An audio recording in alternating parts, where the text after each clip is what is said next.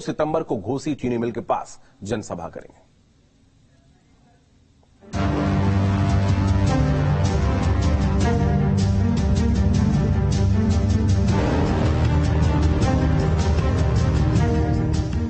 घोसी उपचुनाव की जंग, इंडिया बनाम एनडीए का रंग।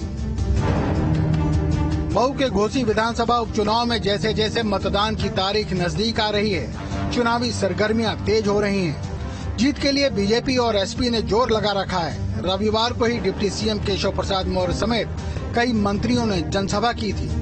उप मुख्यमंत्री ब्रजेश पाठक भी मऊ में डेरा डाले हुए हैं। यहाँ उन्होंने बीजेपी प्रत्याशी दारा सिंह चौहान के पक्ष में मतदान करने की अपील की। साथ ही उन्होंने कहा, एसपी गुंडे माफियाओं की पार्टी है। सपा सरकार में बहू बेटियों की इज्जत सुरक्षित नहीं थी। मऊ की सड़कों पर गुंडे माफियाओं का आतंक था। घोसी विधानसभा के उपचुनाव में भारतीय जनता पार्टी के लोकप्रिय प्रत्याशी दारा सिंह चौहान जी एक तरफा जीत रहे हैं। सभी जाति धर्म संप्रदाय वर्गों का उन्हें समर्थन प्राप्त है। समाजवादी पार्टी की अराजकता, गुंडई, दंगों से जनता ऊब चुकी है। घोसी में खासकर मैं कहना चाहता हूं, जब जब सपा सत्ता में रही है, अराजकता का, गुंडई का आलम सड़कों पर व्याप्त रहा है। बहु बेटियों की इज्जत आबरू खतरे में रही है। प्लाट, मकान, दुकान कब्जा करने वाले फिर सक्रिय हो रहे हैं। इसलिए मैं दावे के साथ कह सकता हूं कि घोसी उपचुनाव में भारतीय जनता पार्टी के प्रत्याशी दारा सिंह चौहान जी ही चुनाव जीतेंगे। घोसी चुनाव में जहां एनडीए अपनी पूरी ताकत दिखा रही है, कई एनडीए नेताओं ने घोसी में अपनी मौजूदगी दर्ज करा रखी है। वहीं एसपी के समर्थन में अभी तक इंडिया का कोई बड़ा चेहरा घोसी नहीं पहुंचा है। भारतीय जनता पार्टी राजनीतिक तौर पर बेईमान पार्टी हो गई है। दूसरे दलों के विधायकों को इस्तीफा दिलाना, फिर उन्हीं को चुनाव लड़ाना। मुझे लगता है समाजवादी पार्टी का एक एक कार्यकर्ता, छोटा नेता, बड़ा नेता, घर घर जा रहा है, नुक्कड़ सभाएं कर रहा है। माननीय राष्ट्रीय अध्यक्ष जी भी कल घोसी जा रहे हैं। कांग्रेस ने समर्थन दे दिया है, पल्लवी पटेल जी की पार्टी ने समर्थन दे दिया है। तो मुझे लगता है समाजवादी पार्टी अकेले दम पर घोसी में भारतीय जनता पार्टी को चुनाव हराने में सक्षम है।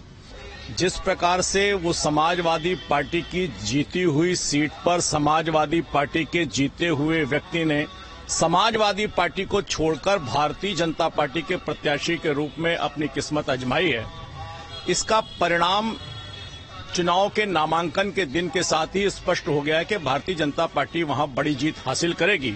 और मुझे लगता है कि स्वाभाविक हार से भयभीत होकर समाजवादी पार्टी का गठबंधन वहां पूरे मन से चुनाव प्रचार करने के लिए नहीं उतर रहा है। जनता बदलाव चाहती है और इंडिया गठबंधन का ये प्रत्याशी काफी बढ़त ले चुका है। तो ऐसे में भारतीय जनता पार्टी ये र्यूमर फैलाकर भ्रम फैलाना चाहती है, लेकिन इससे कुछ हासिल होने वाला नहीं। जनता ने बदलाव का मन बना लिया है। अब एनडीए का गठबंधन हारेगा और इंडिया का समावेशी गठबंधन जीतेगा। घोसी उपचुनाव को लेकर एसपी और बीजेपी ने प्रचार में ताकत झोंक दी है। समाजवादी पार्टी के मुखिया और पूर्व मुख्यमंत्री अखिलेश यादव मंगलवार को घोसी में जनसभा करेंगे। मुख्यमंत्री योगी आदित्यनाथ 2 सितंबर को घोसी चीनी मिल के पास जनसभा करेंगे। इसकी तैयारियों में बीजेपी नेता जुटे हुए हैं। बहरहाल इंडिया के गठबंधन के बाद होने वाले पहले उपचुनाव में विपक्ष और बीजेपी के बीच कड़ा मुकाबला देखने को मिलेगा। बीजेपी ने दारा सिंह चौहान को मैदान में उतारा है और समाजवादी पार्टी ने पूर्व घोसी विधायक सुधाकर सिंह को टिकट दिया है। पूर्व मंत्री दारा सिंह चौहान 2022 विधानसभा चुनाव से पहले सपा में शामिल हो गए थे। उन्होंने घोसी सीट से जीत हासिल की थी।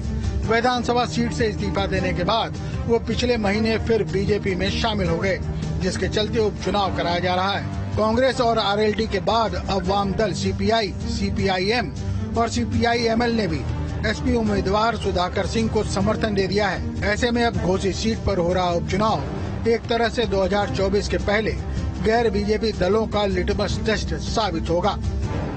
घोसी उपचुनाव भले ही विधानसभा का चुनाव हो, लेकिन सियासी जानकारों की माने तो ये चुनाव एक मैसेज देने वाला चुनाव होगा, खासतौर पर लोकसभा चुनाव के लिहाज से। मैसेज इस बात का कि किसका गठबंधन कितना मजबूत है। क्योंकि जहां एक तरफ भारतीय जनता पार्टी के तमाम सहयोगी भाजपा के पक्ष में वहां पर मजबूती के साथ चुनाव प्रचार करते दिख रहे हैं, तो दूसरी तरफ कांग्रेस कागजों पर भले ही समाजवादी पार्टी का समर्थन कर रही हो, लेकिन अभी तक कांग्रेस का कोई बड़ा चेहरा वहां सपा प्रत्याशी के समर्थन में चुनाव प्रचार करता नहीं दिखा।